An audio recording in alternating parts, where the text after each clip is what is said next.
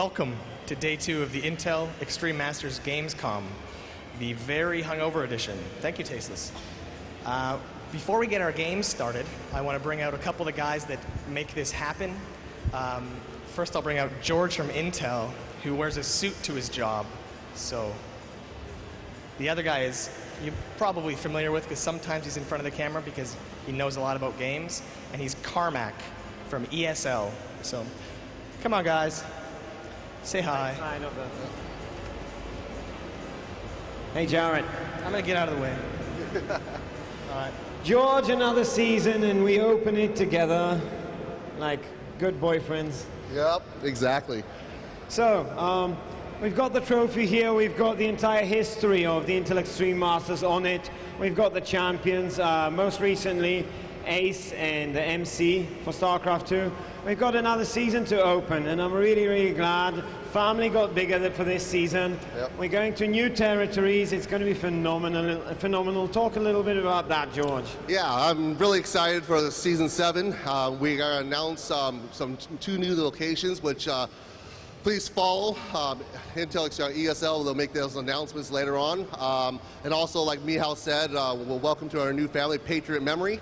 They got some kick-ass new branded Intel Extreme Master modules that please look into, and I hope you purchase. But again, I want to thank our existing sponsors like Twist TV, BenQ, and the other members on our team. But again, I want to welcome to our family, Patriot Memory. And let's not forget, obviously, Intel, who also pays a big chunk of money to finance all of this. So for all of you guys at home, this is the start of the new season. We're going to have 6 events, bigger prize money than the last season, more awesome tournaments, more awesome players, fantastic, phenomenal action. I'll be dead after this event, I'll be dead after this season, but I'm going to love every second. We are here for you. So I hope you guys remember that, and I sincerely hope you guys enjoy the show. Jarrett, I give the tournament, I give the stage to you. Thanks. You can probably tell because StarCraft fans have such a strong social intuition, but both of those guys are unbelievably great. They're both very smart, and they both work very hard to bring all of this to all of us.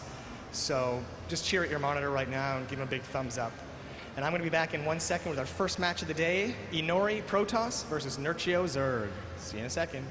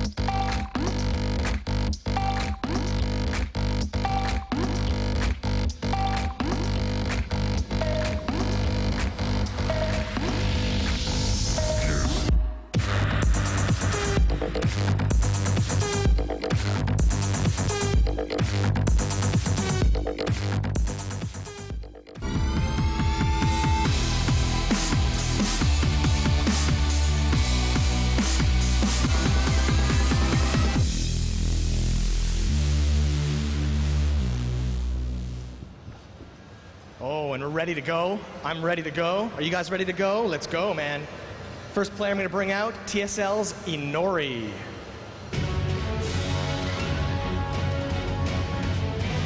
That energy.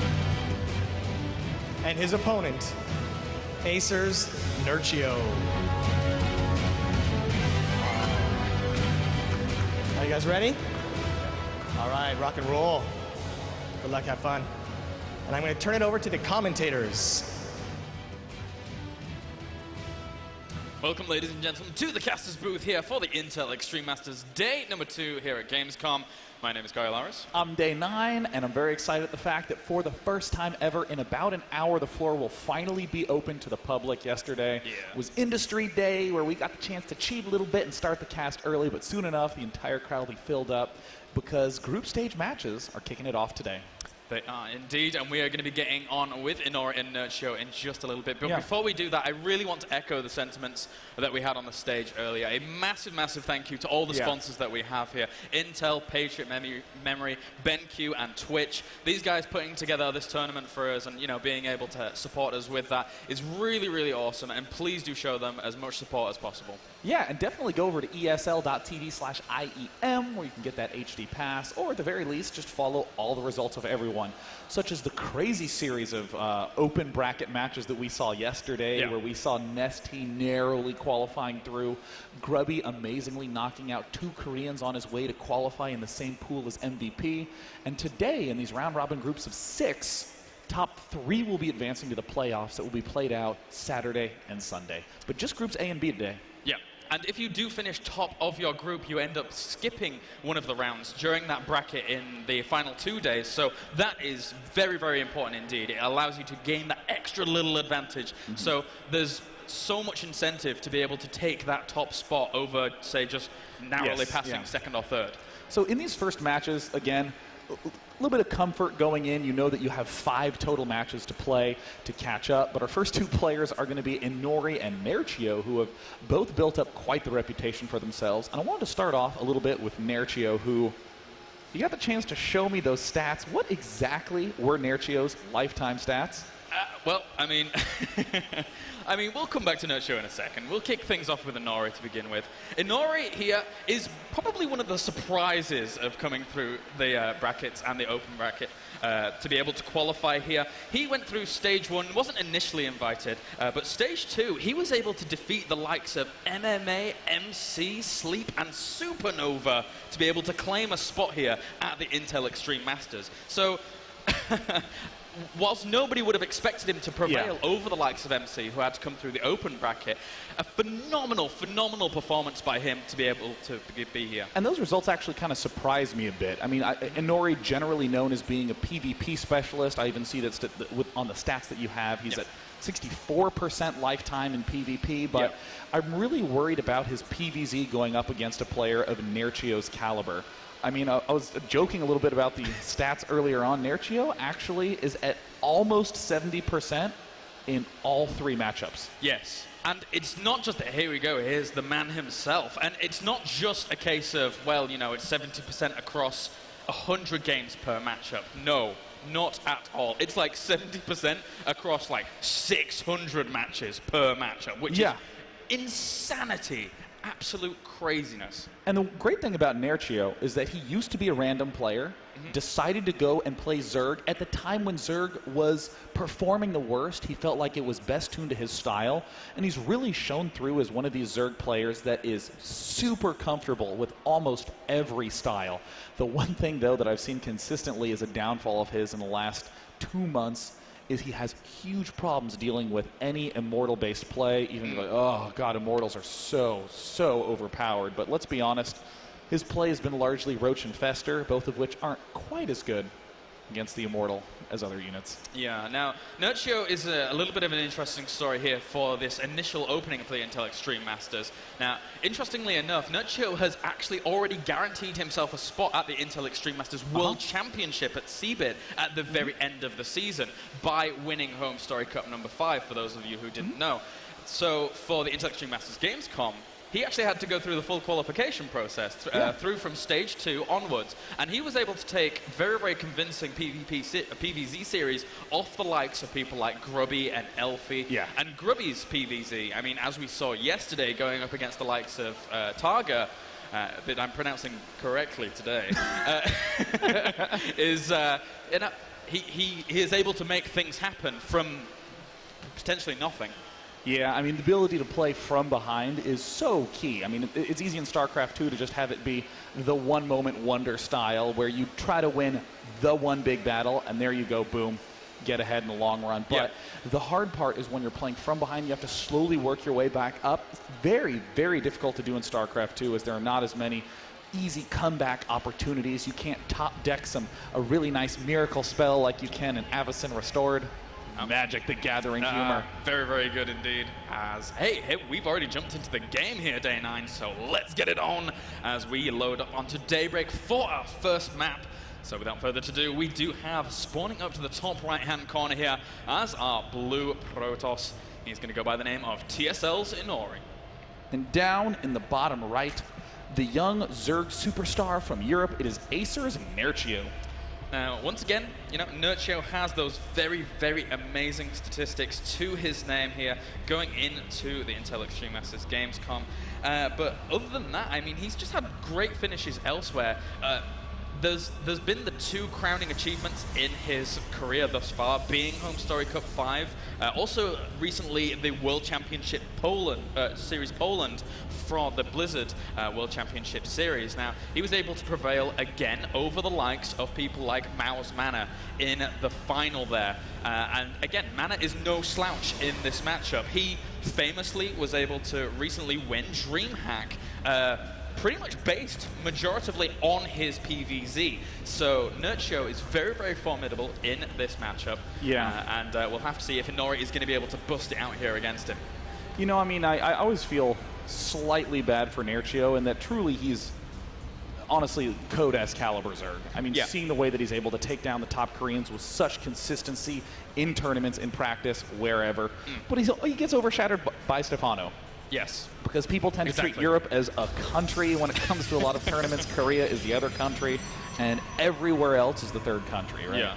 So, I mean, the fact is, Nerchio, I actually like his Zerg vs. Protoss a little more than Stefano's. Again, completely ignoring win rates there.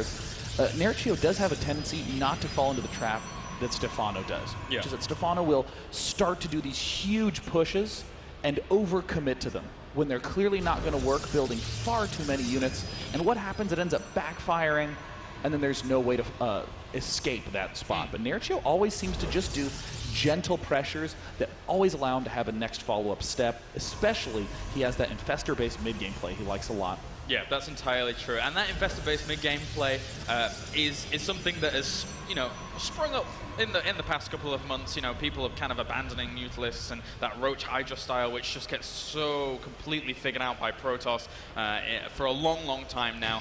And Nerchio is able to really play around that, again, with the Lings, with the Infestors. It is able to shut down a lot of that aggression that does come in the mid-game from the likes of Inori. And we'll see if he's going to be able to do anything about that, really. Same token, we see Nerchio doing the good old scout around with all his Lings. Look at this, immediately spots Inori trying to sneak this probe in. And sure, he will be able to get the opportunity to... Oh, wow, he actually won't get the opportunity to scout. That's actually a blunder by Inori. Needs to right-click on those minerals, make sure he doesn't get trapped, because right now, if you're in Inori's shoes, look at this. He doesn't even know if there's a single expansion up right now. This was a very, very late scout. Normally you send it like straight over after you throw down the initial pylon, or maybe even the forge, but he sent this out after cannon and gateway, so he is not going to know anything. Not only that, but he didn't really get any chance to be able to block any hatcheries for a little bit of time with probe micro and potential pylons that would have ended up being cancelled. So from here, he's playing so in the dark, and Nerchio could realistically be doing anything at this point. Yeah, there's really only 2 options you have as Protoss at this point. One is to immediately push, which it looks like the option that we're seeing from Inori. That will help get you that vital information. Or the other is to chrono out the more standard-looking sentry upgrade type thing. Uh-oh. Now, Inori during qualification process did favor his Dark Templar play. He has the Twilight Council going down, and he's stocking up a little bit of gas here, so we might end up seeing that very, very realistically from him here. And again, actually, I mean, during the qualification process, Inori was an absolute treat to watch. I never expected him to be able to take the series off the players that he did do, but from here, I think we may end up seeing some more of that Dark Templar play here from Inori. Meanwhile, third up and running here for Nerchio, just getting that drone saturated up and going, and Inori just actually taking quite a nice lead here with the probes. He's been chrono boosting those out profusely, and there we go. There's the Dark Shrine. I like this play a lot. I especially, I mean, I've I'm always a proponent of it, but any sort of follow-up that involves Zealot Archon I just think is quite cool. Oh, but yes. we've been seeing a lot of stability out of Blinkstalker play, so no reason to get overly creative when you can do what's tried and true. But Inori does do a little bit of poking. Nerchio doesn't really resist the Stalker. He just allows it to do a couple of shots. But this is an interesting play from Inori. Inori's doing the 3 base play right off the bat. Look at his 2 Stalker. What an excellent distraction. He's even building a 3rd Stalker to do that pressure. I like this quite a lot. And there's the pylon going down. I mean, if you're in Nerchio's shoes, you're immediately thinking, oh my god, I'm probably going to be up against a 4 Warp Gate. Look at this. Nerchio sees no gas geysers there.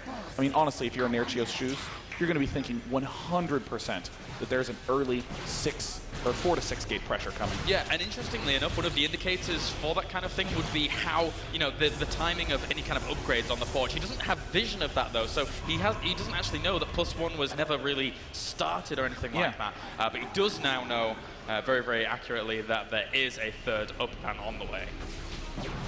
What an incredible timing push by Inori. I mean, this is going to catch Nerchio completely off guard, and on the most traditional, comfortable map for Zerg, there's the DTs morphing in, and suddenly, if you're in Nerchio's shoes, you're just going, oh my god, I thought it was going to be up against a rush play.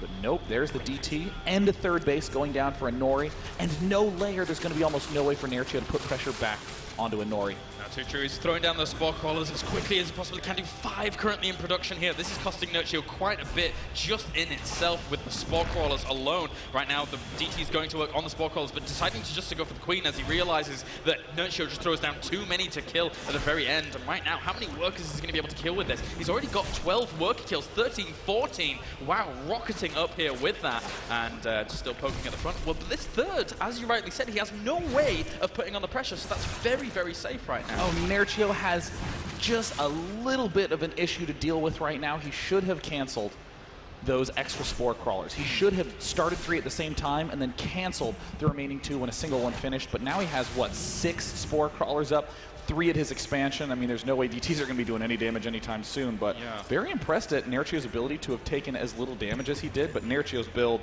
is, I gotta say, one of the most perfectly timed builds I've seen in ages. Mining now from 6 geysers. Now, I mean, all you really have to do is mass up on Blinkstalkers, get your Robo Bay up right away. That could actually be the only downfall of Inori's build, is the lack of Immortals. Yeah, indeed. And, I mean, with the lack of that Robo facility as well, he doesn't really have the observers out to be able to give him vision on the map, doesn't really know where his opponent's coming from, doesn't even have this watchtower here for that defensive position. But this is pretty much exactly the same build that Inori used against Sleep in the qualification process leading up to the final stages of the career qualifier. So it's seriously so timed out perfectly here. Really nicely done. It's a really sexy build, I'm not going to lie. I'm watching everything align so niftily, and now we have the Blinkstalkers coming out. And I mean, even this follow-up where you're getting the Blinkstalkers, it's not defensive. I mean, sure, you can get the Blinkstalkers up with sentries and get yourself a comfortable defense, but oh, nice Blink taking that out. But also it allows for a fairly swift follow-up attack. It looks like there's not all the upgrades quite done. Speed and actually speed for everything not quite done yet. Trying to get those out as well. So Nerchio is in kind of a bind. Weirdly, Nerchio behind Inori in supply. Very uncommon. I was just going to say, how often do you end up seeing this kind of thing in PvZ? It just doesn't happen anymore. Unless, of course, you're able to really ramp up that aggression. And killing those 25 workers off earlier with those Dark Templars really ensured Inori would be able to take this very, very strong lead. Now with that +1 finishing, he's going to poke in with these Stalkers. And against only 12 Roaches, 26 Slings, this might be able to do a little bit of damage. Gosh, Inori looking magnificent with a nifty little blink there. Warp Prism out as well. I mean, it's looking like that classic 2-base timing push, but no 3 bases are behind Inori. He is just going to macro his way up to the front lines, and even DT's getting warped in. Excellent blinks by Inori. I mean, Nerchio, gosh, just in such an impossible position. Has only 17 Roaches to 29 Stalkers. Yeah, very, very nice control here by Inori right now. He knows how far he is ahead, I think, here. There you go. GG, guys. Game number 1. Inori looking fearsome here. I think, though, the one interesting point is the fact that whilst that was a very, very nice build and a very nicely timed out build there from Inori, I don't think that's going to be a build that works really twice. That's something that you bring out in a best of 3 to gain the early advantage, gain the lead, and Nerchio's going to have those precautionary measures in place because he now knows that Inori can go for that kind of usual thing. It's kind of a weird spot to be in as a Zerg player because, in a sense, when you're playing StarCraft 2, when you can't see everything your opponent is doing, you always consider the range of his possible strategies as opposed to what one strategy you think he's doing. If you see 3 Stalkers, no gas at the expansion, and the probe building a pylon at your front, the range is pretty narrow. It's pretty much just going to be those early gateway attacks. But then if you throw in the possibility of DTs there, when considering that range, it's hard to deal with all of that at the same time. Okay, I have to build a lot of roaches to deal with the possibility of warp gates. I have to build the detection to deal with the possibility of the DTs. And if I do all of that, oh crap, he took a third base. Oh crap, I don't have detection. I can't even push and kill his third base. I mean, it's just a lovely build by Inori. And Nerchio's answer really has to be to skip out on the roaches entirely. But again, think of how dangerous that is. Yeah, indeed. And I don't want to... Normally, I'm not too hypercritical of players, but for Nerchio here, I think this was a misstep in preparation because, again, Inori is very, very well known right now for this Dark Templar play. And not only in the last... That is true, yeah. Not only in the last stage of the career qualifiers was this very evident when he was not only using it against Zerg, but also Terrans as well. He, in the qualification up to that qualifier, because there's 2 tiers of qualification processes for the career qualifiers. He used it against, again, people like Hyun and Skulk.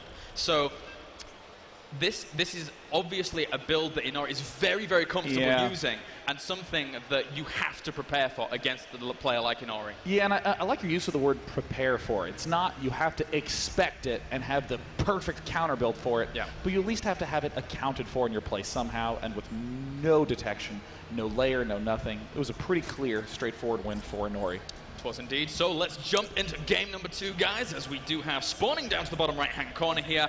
Currently 1 game down in this best of 3. He goes by the name of Asa Nerchio.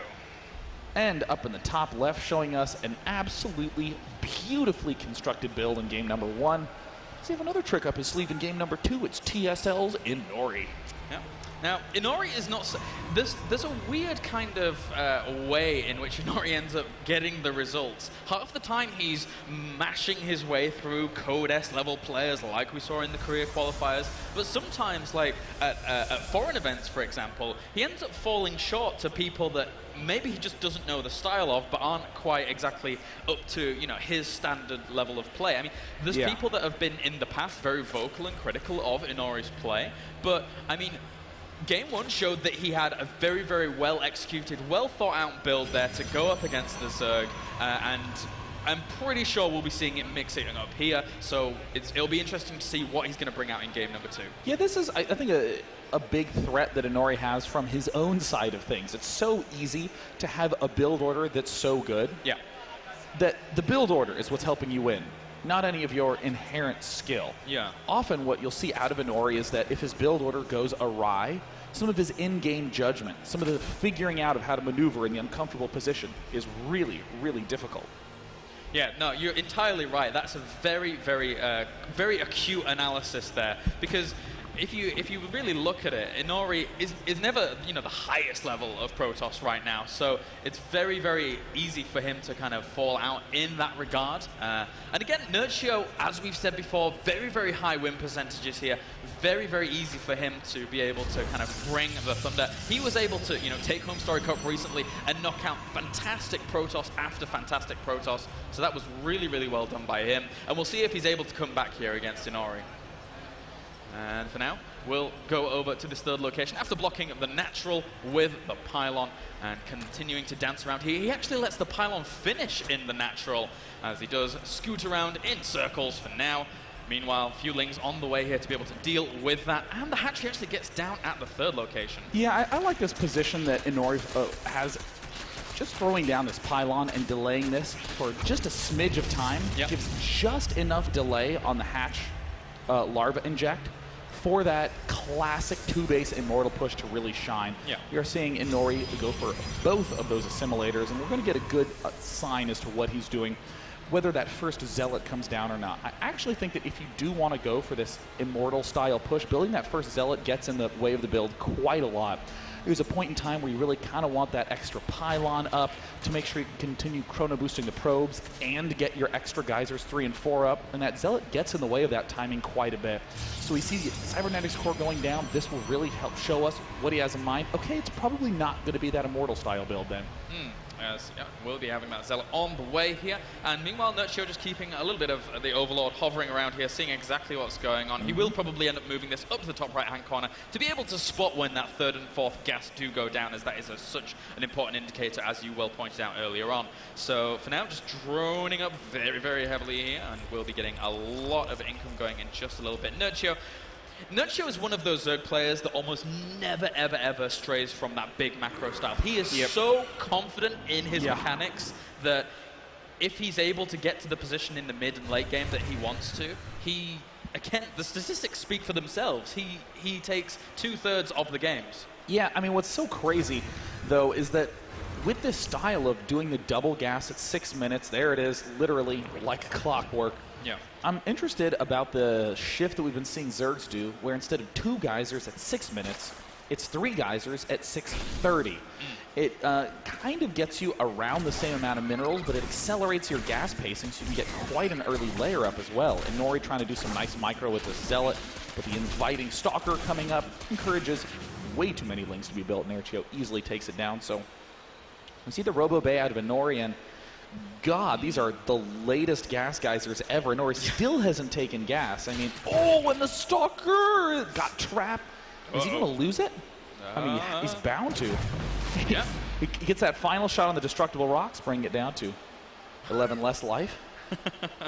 Very, very nicely done there. Hey, Warp Prism on the way. Could this be 4-gate +1 with Warp Prism? If so, I absolutely adore that. We'll see if it ends up coming along. But, you know, we saw the +1 4-gate becoming very, very popular for a long time as an initial poke to lead you into that, you know, big gateway push later on that 2-base. Now, there's people like ESC Daisy, for example, in the German scene. He is a Korean, having moved over there to ESC Icybox. But he really started to incorporate Warp Prisms into that play. And actually, did he cancel the Warp Prism? No. Okay, it's actually finished up, and it's heading across the map. But just incorporating that and just being able to take your opponent by surprise with that, if you want to go for that aggression, can be very, very strong. And it provides way more ability to reinforce than just like an initial pylon that can easily get picked off here. But the Warp Prism has been spotted. Nerchio is going to be advancing forward, pulling all his units back, and Nori hasn't gone into phasing mode, and here he is, and will he get the trap off? What is with the warp-in timing from Inori there? Just warping him in one at a time. I mean, not coordinating that well at all. I mean, even if his warp gates are delayed, he should absolutely be keeping that Warp Prism back until he can get a coordinated warp in. That queen was just begging to be trapped. Yeah. And Nerchio building those extra set of roaches, but not too many, just 7 right now. The queen needs to stay alive. What an interesting little poke here from Inori. As you said, if he'd have been able to get that trap, that would have been extremely, extremely cool there. But for now, he only I mean, what did he really kill there? Not a whole lot, by the looks of things. And the Warp Prism, I mean, it's detected now, so he's going to try and take precautions against that. But look at this, Nerchio just getting a wave of 14 drones out. He's up to 70 drones here at the 9-minute 20 mark. That's absolutely excellent timing. And Nerchio, I think, did a very smart response upon seeing these gas geysers go down around 7. He didn't see any aggression, and now that he's identified it, he's going to be very happy about the fact that he took 5 gas geysers very, very quickly. Initially only had 2, was adding on his 3rd, saw those 2 late gas geysers go down and thought, oh, well, if no aggression's coming, and if you don't have enough gas yet, I'm just going to go straight to Infestor. So, yep, there we go. We see the 2nd evolution chamber, the infestation pit, everything is now down. Inori still trying to do stuff with this Warp Prism.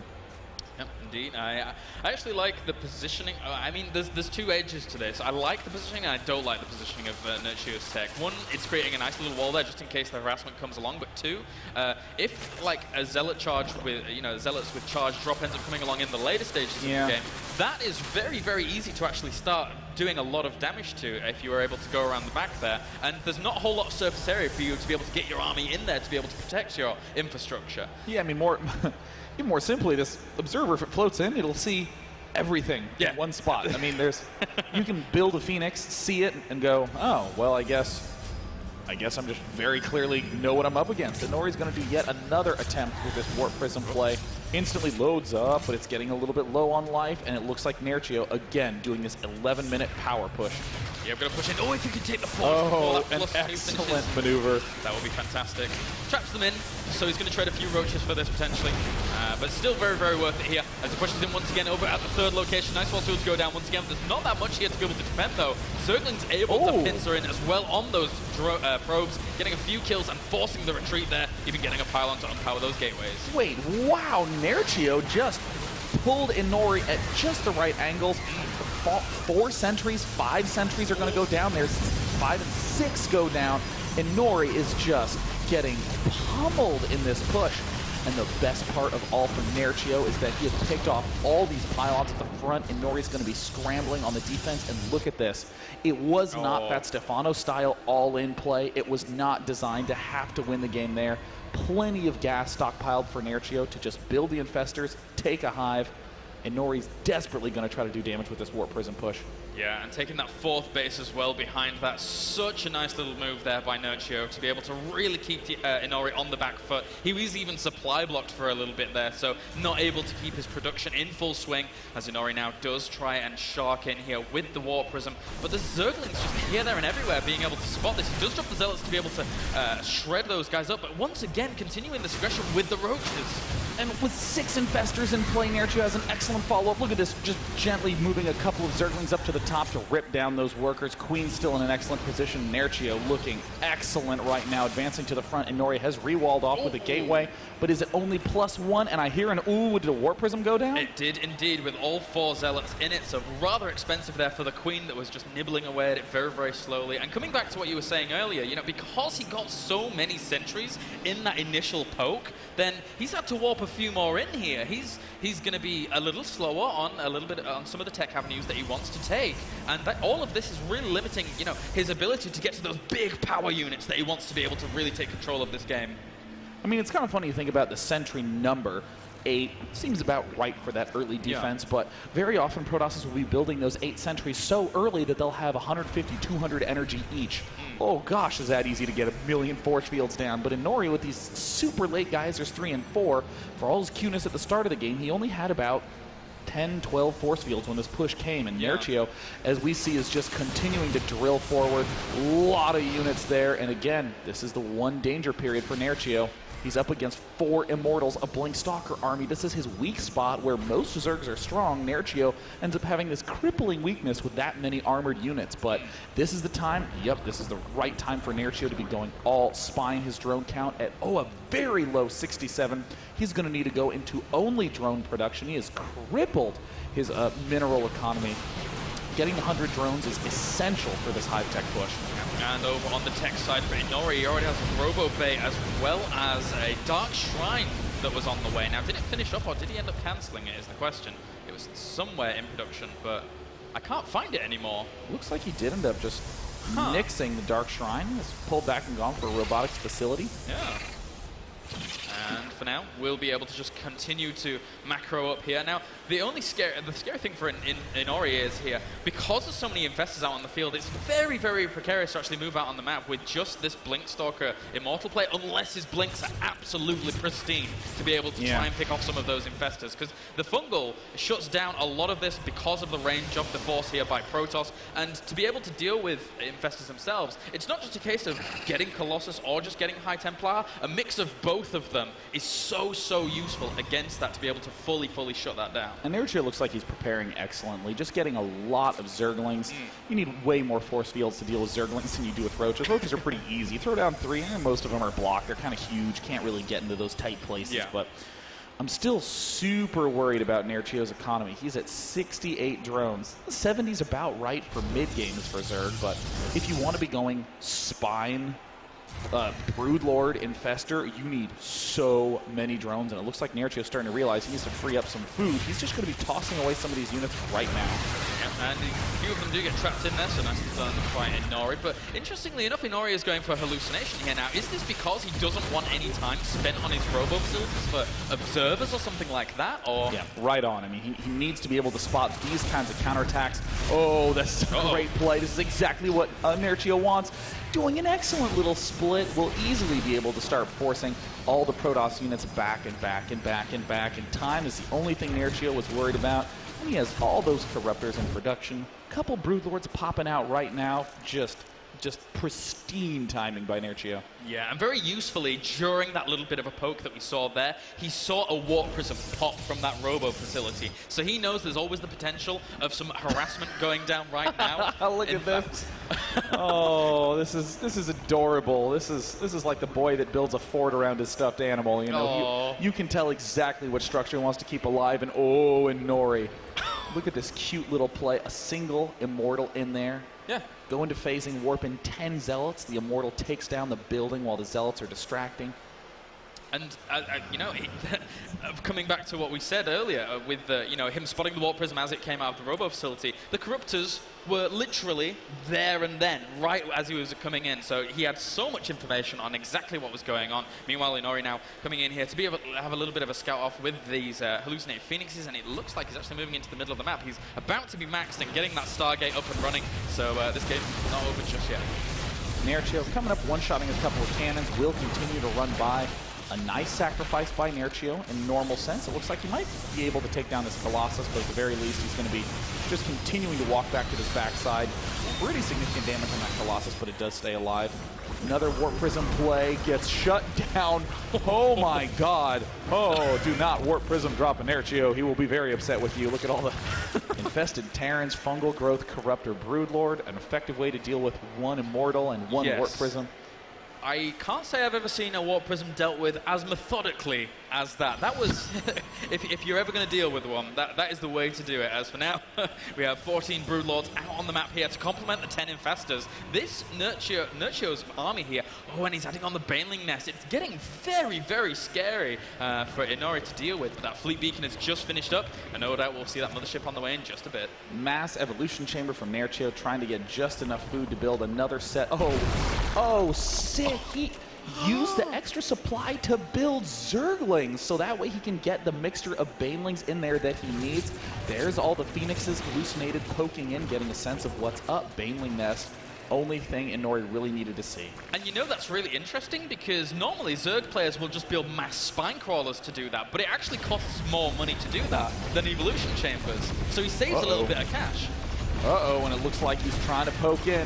He has managed to get a successful unload, and at the same time, attempted counterattack on the left side, but yet again, an excellent answer from Inori, and that good old fort of spines helping keep alive.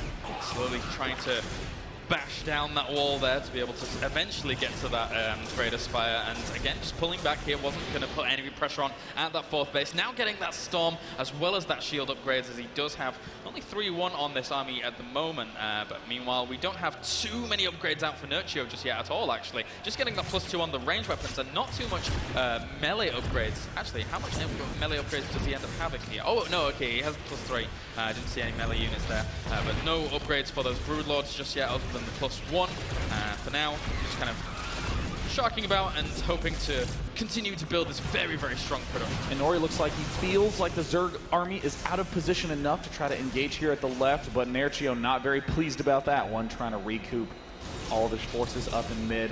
Those hallucinated Phoenixes continue to poke away at the Broodlords, and this is getting to be in a dangerous position for Nerchio. There's just no creep spread. He can't retreat and deal with this army well enough. Inori is just going to counter to the left side, and Nerchio will be forced to sacrifice this army. What is Nerchio going to do with his army? It looks like he is going to be using his ground army to take down this expansion, pulling back with the Broodlords. Inori ripping this down while reestablishing control on the left side. He is avoiding the Broodlords at all costs. He is just trying to force Nerchio's bulk army to be unable to participate in fights, and the instant these Broodlords show up, though, I think Inori is going to be trapped very hard here. No, he pulls back again, just avoiding the Broodlords for as long as possible. Meanwhile, we have a few Zealots trying to be warped in the main here of Nerchio to try and rip apart these Spine Coils, and indeed they will do. So the Greater Spire will be a little bit vulnerable there.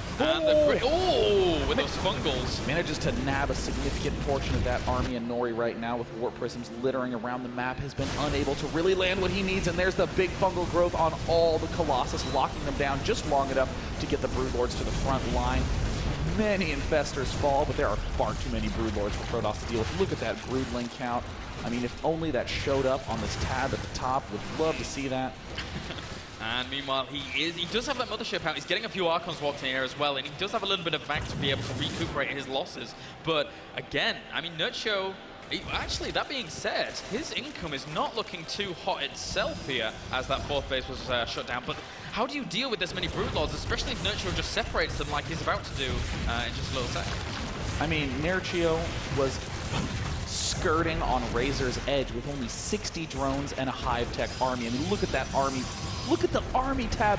10K, 7K for Nerchio. That is what is so dangerous about being low on drones, but Nerchio perfectly positioning this army, continuing to rip apart the 3rd base. It looks like Inori is going to be relying on one single Vortex to try to win this, but with the number of Banelings there, I'm not even sure that's going to be enough. Yeah, they'll just flood in as well, and I mean, it takes like, I don't know, something ridiculous, like 20 Banelings to kill Archons or something, but if they connect instantaneously, and he has the money to be able to do it as well, it's going to be very difficult for him to deal with. Vortex goes down, and he throws a few of the Archons in, but Fungal actually locking some of those Archons out regardless. There's only one Archon in there right now, so the Broodlords still raining down terror on this army, but actually here he comes. Oh, yes, he does have detection. And there's the Archons immediately get obliterated by that front line of Banelings. That is plenty of Overseers. Could even win the game by massing Changelings at this point. Tons of damage going down at GG. Nerchio shows why he has that incredibly high win rate in the matchup, just with some super consistent play. I liked the timing of that. Does he have detection?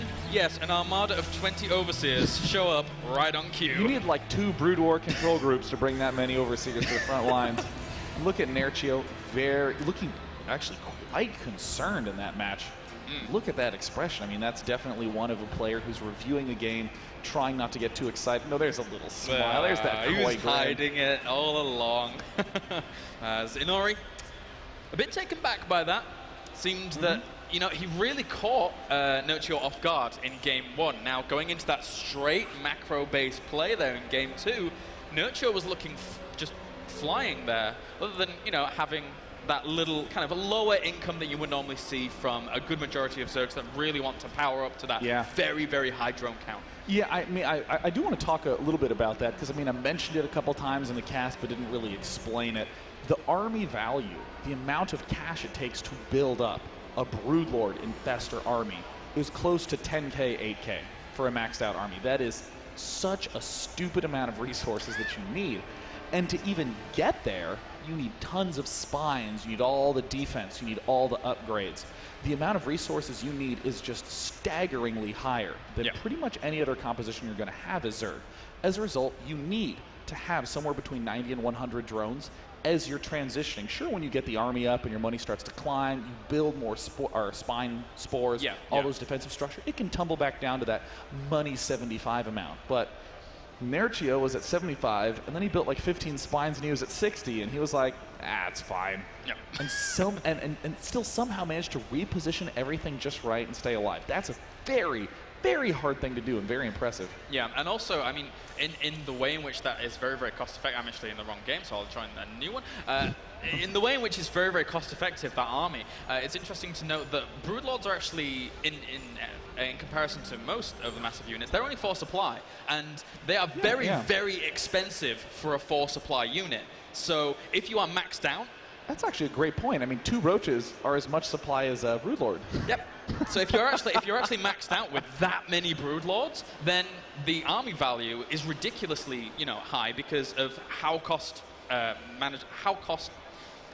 in cost they are. Supply efficient. Per supply. Yeah. So the next map is going to be the longest possible map for the longest possible games. It is Metropolis. This is a map that kind of interestingly has had some pretty significant differences across tournaments. No islands in MLG with islands here in IEM. Yeah. I do think that the islands tend to be the big tipping point in these games, and I think that's going to be critical for both players. Warp Prism drops on there, using Nidus Swarms to secure the islands. That will be the tipping point, as honestly 4-5 base play is so common. There's no reason not to be able to get to that point with either race. Precisely. Those two chokes that allow you for that amazing, amazing defensive posture just really do help out when going into that macro game. Again, when I was talking to Moonglade earlier during day number 1, I said it's like a double-edged sword. Yes, you get amazing, like 40, 50-minute epic macro games and ridiculous engagements from there on. But for the most part, the mid-game is a little bit stale. Sometimes, you know, players are just so comfortable and so confident about getting those 5 bases and chilling out for a good portion of time that you don't see too much happen between the, 20 and 30-minute mark. So, oh my God. I'm going to introduce these players really fast in the reverse order. Down in the bottom side from Team TSL, it is Inori. And up at the top side, performing an 8 pool, it is going to be Acer's Nerchio. I mean, I was about to go on this long discussion of mid games and late games and ultra late games and the evolution of these terms over time, but he's freaking 8 pooling. What a sexy play. It's an extremely good map to 8 pool on. A lot of players will not even scout. He has seen Inori not scout in game 1. Yeah, and not only that, but also just the positioning of it as well, positioning it as far away as possible in order to be able to delay Inori's ability to be able to scout that out later on. It's very, very amazing. Me? Is he going to try and block? There's the the probe. Okay. No, the probe's like, no, there's no expand down in the bottom left. I'm going to be fine, but he knows what's up. He sees the low drone count, and there's the 6 lings coming down. There is not a forge in sight. There it is going down. And this, it looks like a little bit of a battle. If Inori kills off a single drone, that will be an excellent equalizer. It would indeed. For now, how is he going to react to this? He's going to just try and wall off the complete front here. And actually, I mean, with how far these lings are away, he might be able to get away with this. It will delay the Nexus, obviously, but that's, a foregone conclusion at this point, as he's going to try and get that cannon down as quickly as possible just to be able to put the bolster this defense. And actually, I think he's going to be okay. It's going to be a really close call. The danger zone is actually this gateway, because this is a slit of size 1 right here. He cannot re-wall off this backside. Yeah, so he's actually placing here so he can finish a gateway wall here, and then he can re-wall off this side if need be. But, I mean, this is a just fantastic play by Nerchio. Seen him do this a number of times. Look at this. Has built no extra Zerglings, has gone straight into macro play, pulling this drone back to take an expansion. And also, it's very clever of Nerchio just to have that drone there, still picking away at that pylon to be able to slowly whittle that down as well. Oh my goodness. I think Nerchio realizes these rocks are actually completely vulnerable. Oh, you mean the backside? I mean, the back rocks, but also the front rocks, and there's the cancel for Inori. I mean, Nerchio, an excellent build for this map. Yeah, and actually, how does he... is he going to be forced to throw down another cannon at this back side? Absolutely will. I mean, now Inori's really happily going to be building this pylon at the front. Inori will almost certainly throw down a pylon here. A little surprised to see Nerchio not throwing down the pylon. Excuse me, not throwing down the hatch at the top right, to be honest. Yeah, this is costing him... Oh, actually, he's going to just wall it off with the Cybernetics core and start to continue that wall off in just a bit. But, I mean, we don't have a Zealot on the way just yet. Maybe we will in just a second, as he does have 100 minerals, and there we go. So, I mean, he might try and fend this off with the initial Zealot, but, and second pylon block coming down here from Inori. But the Zerglings are already nibbling away at that first pylon, and he's going to try and get that hatchery down in just a bit. Now, in terms of timing, 6 lings kill a destructible rock in 2 minutes, so you can start a cannon right now, and it'll be up right when the rocks fall. Nerchio just comfortably going for his 3 hatch 3 base style play, but Inori's looking pretty good, to be honest. I mean, he got all his necessities up. He's re-walled off his front. Oh, wow. He has a single Zealot, and with this probe, he'll actually be able to micro it quite nicely. To be fair, Inori has dealt with this in a very calm and collected manner. Like, it's very easy in this position to overreact and be like, oh, well, they're going to break the rocks. I need to put a cannon there. I need to be able to, be able to wall this off as quickly as possible. But he's just going to throw down a gateway, probably, and block this off with the Zealot, which is really fantastic, actually. What a nice calm play. And there's Nerchio. Answering in kind. 4 lanes that were constructed to deal with that initial set of pylons back in the main. Now just heading straight to the expansion. And look at this. Kalaris. He might even be able to get up into the main. No, he is just going to force Inori to be as delayed as possible. Zealot in an excellent position, but Nerchio's looking for any opportunity he can. Will he be able to get up into the main? Oh gosh, fantastic job by Nerchio, forcing these probes to engage. And now, wow, Inori's micro is pretty staggeringly good. Yeah, indeed. He tried to save 1 or 2 of those probes, although Nerchio was hunting them down as quickly as possible, the weakened ones, in order to be able to bring those guys down. And meanwhile, though, he's just been droning up back home, and he's actually going for a layer on this 2 base. And he's mining only from, well, there we go, just the 2 gas here. So, I mean, what do you think he's going to really transition from here on such a low drone count? This looks like a Mutilus play from Nerchio. He's gotten the chance to poke into the main. I think that he originally intended to go for some sort of 3-hatch play, but given the delays that he was imposed under, just basically saying, well, you know what? You're not going to get these 2 gas up for a while. Yeah. Anything you do will either be Robo-based, 3rd Nexus-based, or we'll just, quite frankly, not have enough stalkers to deal with a very fast Mutilus transition. So Nerchio, I think, is feeling a little bit more concerned than he should be, but if he does anything but a Mutilus transition, I'm going to be quite surprised. Yeah, I would agree, but I mean, he still hasn't taken this 4th gas, so I mean, whenever I'm predicting things, I'm always like, hey, I would really love a Nida Swarm right now, but... Yeah, that would actually be the coolest of all. Let's go ahead and change the prediction. No, there's a Spire. How disappointing. I mean, logically it makes sense, but in terms of kick-assness, it's pretty far behind. And now we have the 3rd on the way for Inori here, as we have just 10 more drones in production right now for Nerchio, just flying in terms of that production. And actually, that's a very good point there, as Inori tries to spot a 3rd and does not see one. He sees the spine crawler wall, and that's normally a big indication for what's going on behind.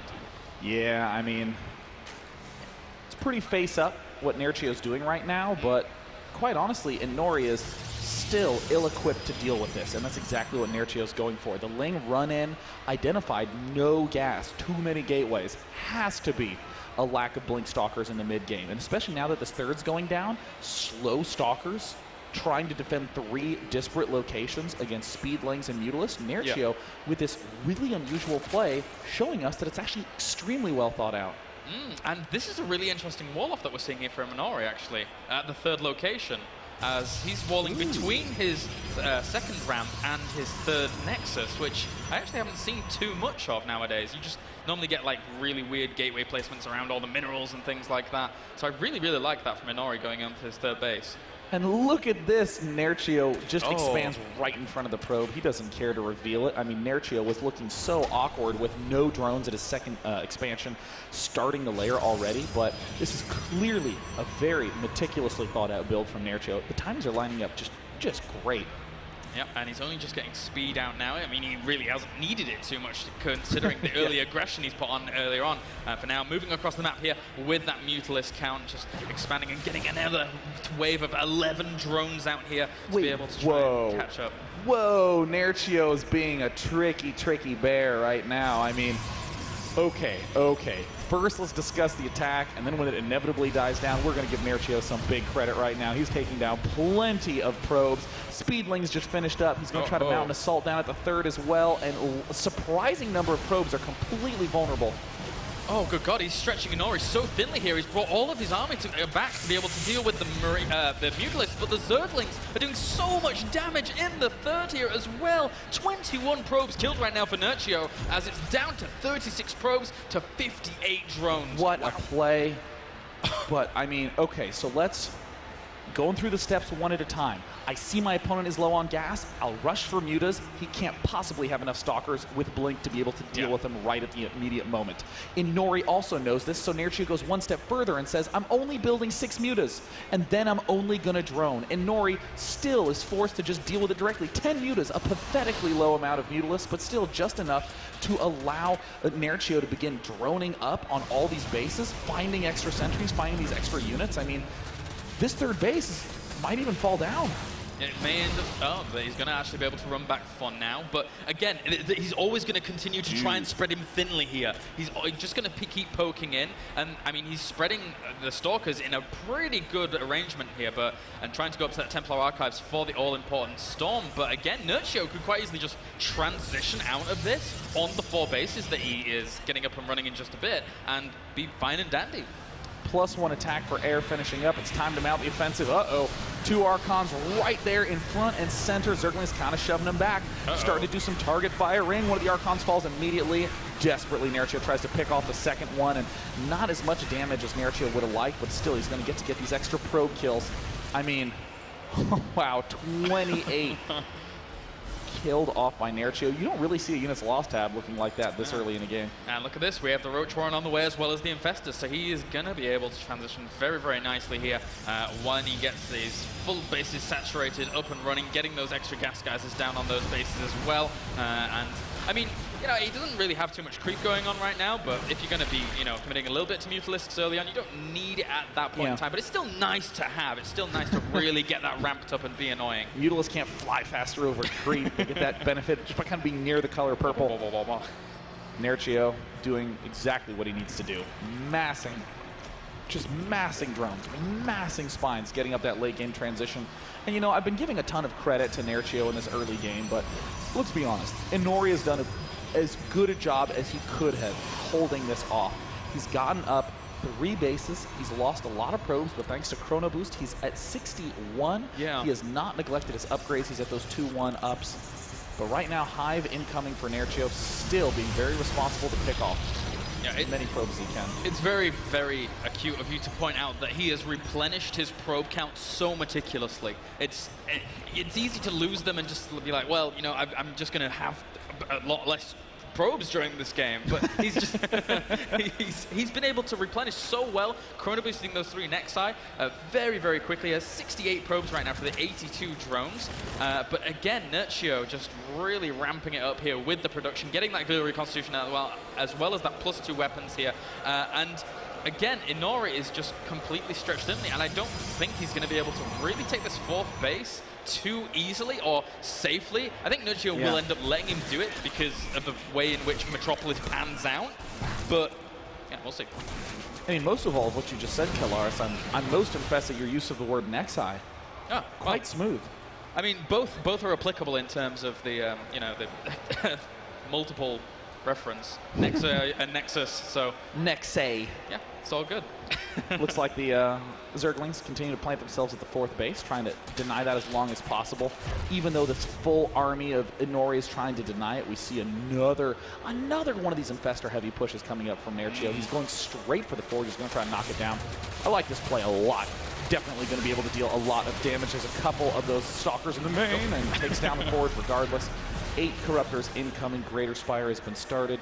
Nerchio is on the home stretch to Broodlords. Yeah, well, I mean, not only is all this aggression, like, keeping Inori on the back foot and keeping him, like, doing some damage, but it's also keeping him in a position where he can't really put on any harassment. So behind this, Nerchio's just doing whatever he wants to do. And if you're a Zerg player, that's, I mean, it's just phenomenal. You're able to get up that Broodlord count, just get to that Broodlord Infestor composition that you so sorely desire. I mean, Inori is going for that Fleet Beacon right now to be able to get that Mothership out eventually. Yeah. And he does have a few High Templars out with a good amount of energy for Storm.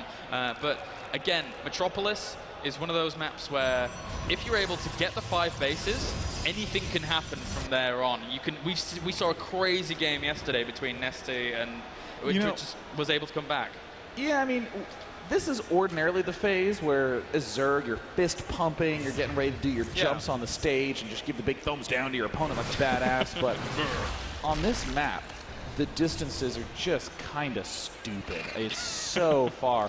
Nerchio, look at this. Nerchio is morphing his Broodlords mid-map because it's that hard to get all the frickin' way to your opponent's base. Yeah. The one thing to note, though, is that there are not really any Colossus out right now. There's 38 Stalkers, is that? 36 Stalkers out for Inori. A fairly deal-withable composition, especially if we start to get a lot of these Banelings out. Nerchio actually starting to charge forth with his Spine Crawlers. Yeah. Creating himself a frontal wall. You see, I like this for two reasons. Not only can he get, you know, aggressive with the creep spread and then start like knocking on his opponent's door with spines, and it makes it progressively more and more difficult for Inori to move out across the map, but it also, eventually, if he spreads the creep well enough, allows him to secure these bases in the middle a little bit easier. Yeah. And these are bases that you normally see heavily contested on Metropolis, but if he's doing this, it makes it way easier for Nerchio to secure. What a badass push from Nerchio, moving right on forward with Brood Lords, a count of 10, having Banelings there to help deal with the Blink Stalkers. Sure, they might blink under, but then they'll cluster and be easy targets for all those Banelings. Little bit of clustering up. Mothership not even out yet. Really no AoE damage other than these Templar, which are in a great position to get some excellent storms up. Ton of Banelings and Zerglings take massive hits. Yeah, that was a nice little storm there to be able to prevent Nerchio from pushing in just as easily as he wanted to. 38 more Zerglings in production now, as well as more Banelings morphing in. And again, this is a really tricky situation for Inori. I mean, this army is in a position where it can start hitting multiple bases if it wants to, and he has to position his army. What is this Colossus doing? Is shooting rocks, and now he's pulling back into a good position. There's the fungal growth trapping some of those stalkers at the front. We're starting to see warp gates falling at the front lines, but with 2 Templar out, that's still enough to eliminate all these infestors, and that's really the critical piece to this puzzle. So many Zerglings from Nerchio take the opportunity to step right on in. Inori is not yet equipped to deal with this force. The Mothership floating idly at the bottom side. There's the blink forward, picking off 2 of those essential infestors. But with this ramp locked down, Nerchio is looking well poised to take a game here. Yeah, he really, really is. What is this engagement positioning? This is the weirdest thing I've ever seen in PvZ in terms of this map. As from now, he will be able to get that Mothership in, and he does have the one Overseer there. If he were to blink forward and pick that off, then he would be forced to retreat, but he's not going to do so, as he just demolishes the rest of this Stalker count. There's a lot of Brood Lords left over here, but actually the Stalker count is still on the way. Here's the Overseer. It's picked off all the Blink Stalkers have picked off the Overseer, and now Nerchio is up against a bunch of invisible Stalkers, and look at this Nerchio who was just driving forward. Now finally has another 3 Overseers stepping in. The Zerglings, little replacement Broodlings, easily surround and pick off that Colossus. All the Blink Stalkers going down. Food counts are quite low, but it's still 5 base versus 5 base. It really is. That Mothership now being barraged by like 1 or 2 corpses. They do end up dying off though here, as for now, Inori trying to just stabilize. Nerchio though with a few more Zerglings on the way here, as well as infestors. He's picking off every probe at the natural expansion. Nerchio just spread Inori a little bit too thin, lost focus, and there Inori's lost over 60 probes this game. Actually 69 probes, Kilaris. Wow, that's a lot of probes. As for now, we will have even more corruptors on the way, more infestors being produced, and he's just rallying constant Zerglings to the front location here. His opponent trying to reinforce as quickly as possible, but he's just going to swing into this 4th base once again and pick off so many probes with that stop position command there. 10 more probes falling very, very quickly here, and Inori is, I mean, to be honest though, Nerchio doesn't have that higher drone count, but because he's killing off so much and demolishing his opponent's income, look at the difference in that income tab. It's a completely counterintuitive style of late game Zerg, where Nerchio just does a big Brood Lord push to open up the opportunity to do Zergling small attacks, and now he's killed off 83 probes.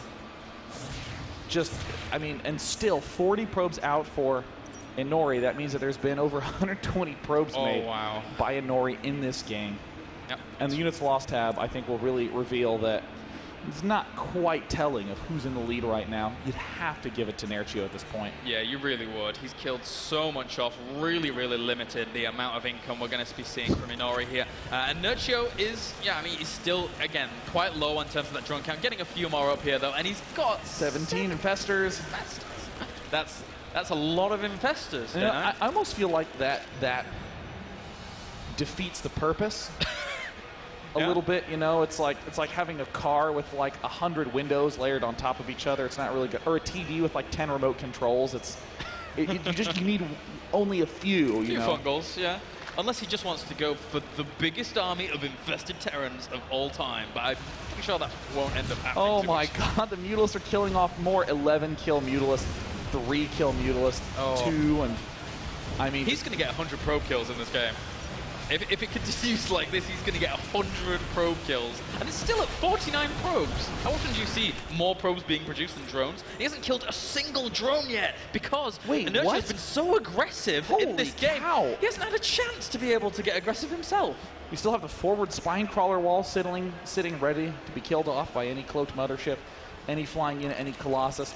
We see the Colossus are being constructed 2 at a time, which is kind of an unusual thing to be doing in this really, really late game spot. Ordinarily, players would be sticking to the 1 Robo and a little bit more of the Archon Force, but desperately just needs to burn the minerals that he has. Doesn't even have the time to afford to get up all the gas for them Archons. And we do have that +1 range weapons actually on the way for Nerchio now, just committing to... Spine crawlers hiding behind the smoke. They won't see us buried when here. When they come through, it's like, surprise! Poke, poke, poke, poke, poke. That's going to be pretty impressive there by Nerchio. I really hope that comes to fruition. But, I mean, again, this composition for Nerchio looking terrifying here. As he does have the mothership out, yes. And how much energy does it actually have on it? It has full energy. Plenty of energy to do whatever it needs to do. You can't even afford to do some of those awkward run in, kill off a couple things, recall. Yeah. It's just too large a map right now. Inori is pinned to defense until he becomes super stable, and yep, that's the one key that we've been seeing missing. The Warp Prism. Now, I have no idea where the other robotics facility is there. Finally, I see it.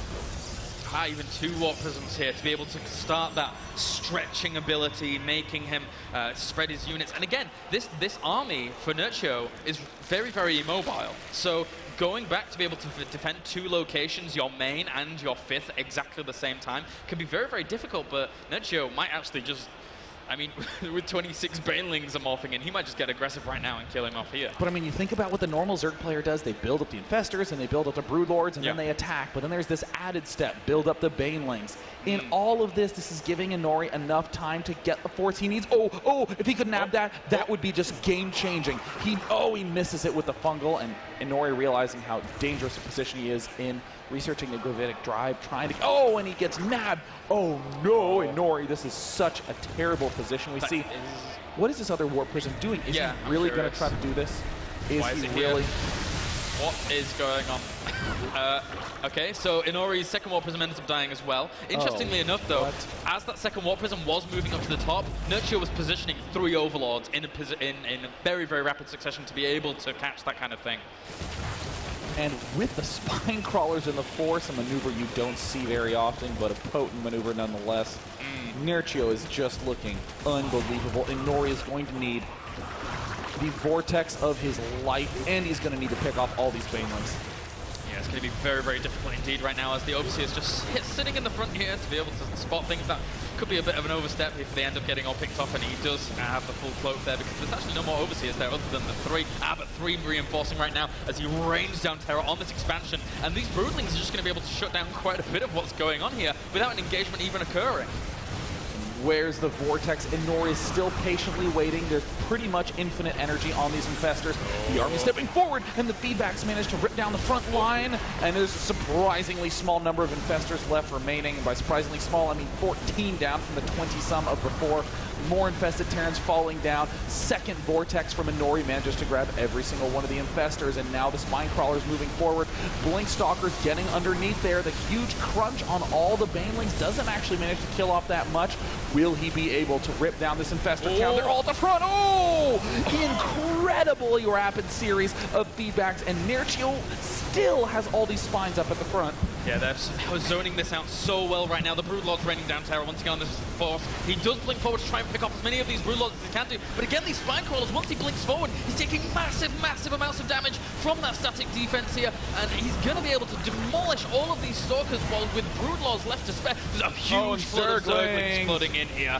Waltz up to the front line. The mothership has nothing that can attack it, but it doesn't even matter. There's just too many ground units, and Nerchio, with this sturdy push, spine Baneling, Infestor, Broodlord, looks like he is in prime position to eliminate the mothership, take out the remaining Colossus, the 5th base, the 4th base, all of them are going down. They are indeed, and does he have that 100 drone probe kills? Yes, he does, 100, and a GG, ladies and gents. Oh my god, Nerchio. With a stellar comeback. I mean, game 1, Inori looked magnificent. Yeah. Game 1, this DT rush and a fast 3 bases into fast, out-fooding the Zerg build. Great play. That's awesome. And then Nerchio just plays a calm game 2, a calm game 3, and wins super solid.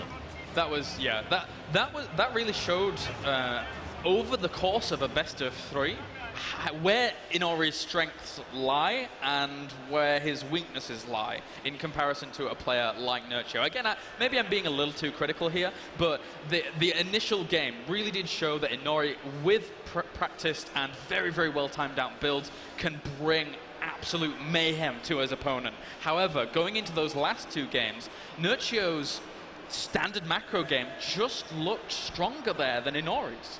Yeah, you know, it was what we were talking about earlier on, that Inori is great at those builds. Yes, hello, camera. I mean, Inori is great at executing a really difficult-to-time build. Yeah. He's good at the multitasking of having stalkers at the front, doing the expanding at the back, not missing any of the upgrades, not missing the pylon or DT timings. All that's fantastic. But when it came to being in kind of a standard situation where you have to do some sort of on-the-fly decisions, we saw Inori falter a little bit. The warp prisms didn't quite manage to go all the way around and force Nerchio back. If you get all those warp prisms up a little earlier, do those warp-ins, suddenly Nerchio has a slow Baneling, slow Broodlord, slow Infestor army, even slower spine crawlers. How do you defend against all that? Well, you have to not attack anymore.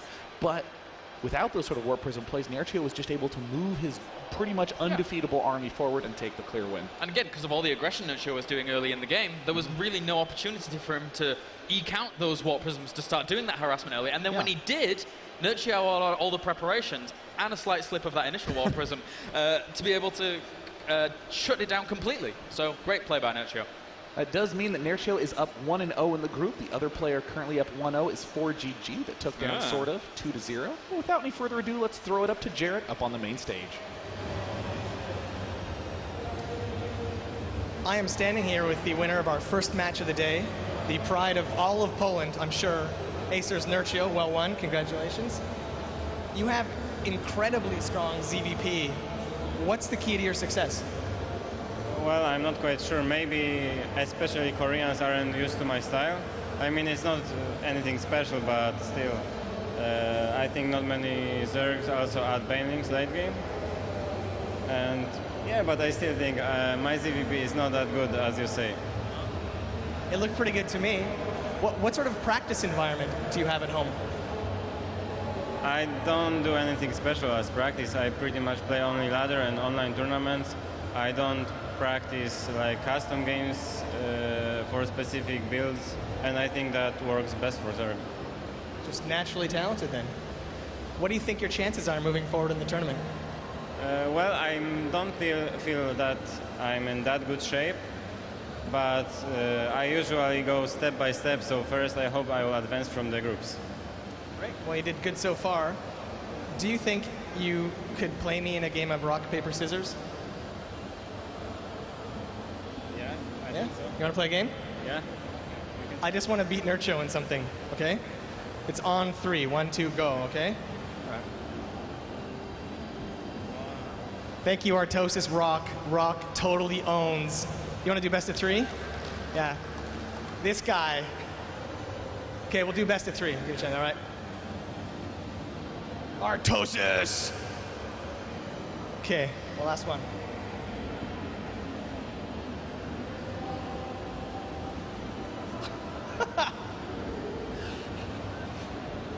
What the? Yeah! Thank you very much. You can go back and practice. Very good.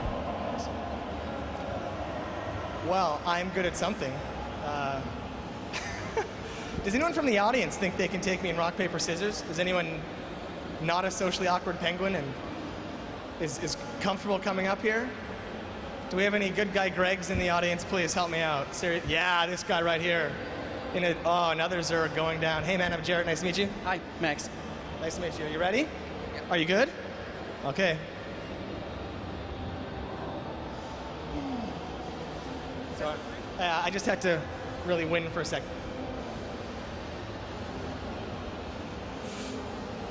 Okay, sir.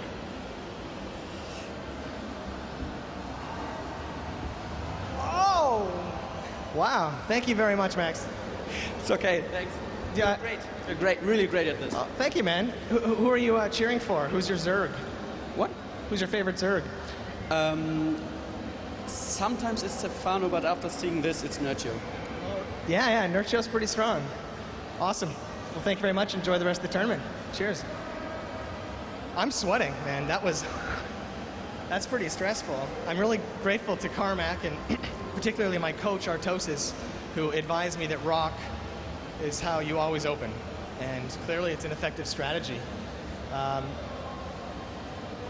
think we could probably cut to a commercial. I'm not sure. We're waiting for the next set to finish so we can cut into, I believe, Puma versus 4GG. So we're going to come back, get to that, and I'm going to see you soon.